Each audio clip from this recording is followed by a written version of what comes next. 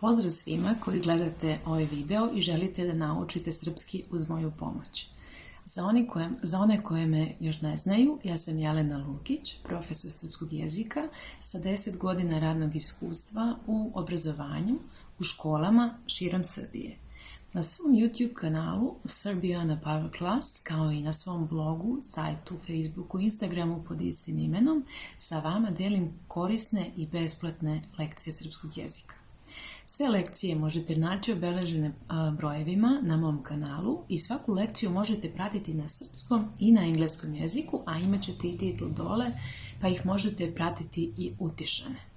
Ukoliko vam je ovo potrebno, zapratite moj kanal, pogledajte moje videe, lajkujte ih ako vam se dopadnu i podelite ih sa svojim prijateljima koji žele također da nauče srpski jezik.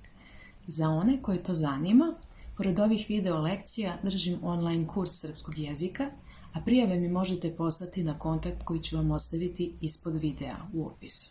Ok? Ako smo to se dogovorili, onda idemo dalje. Danas učimo o tome na koje sve načine možemo pozdraviti nekoga na srpskom jeziku. Mladi ljudi i starije osobe u neformalnom razgovoru mogu reći Ćao, kako si? To znači na engleskom Hi, how are you? Ili Zdravo, kako si?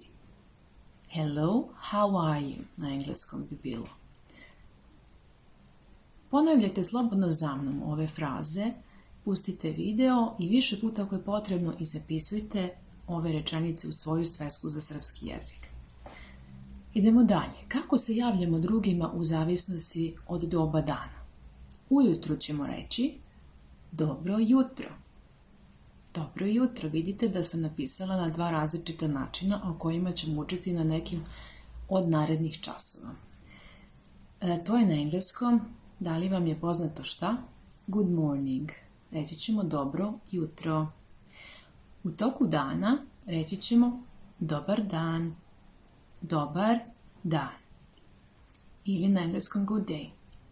U večernjim časovima reći ćemo dobro večer. Dobro večer. Good evening.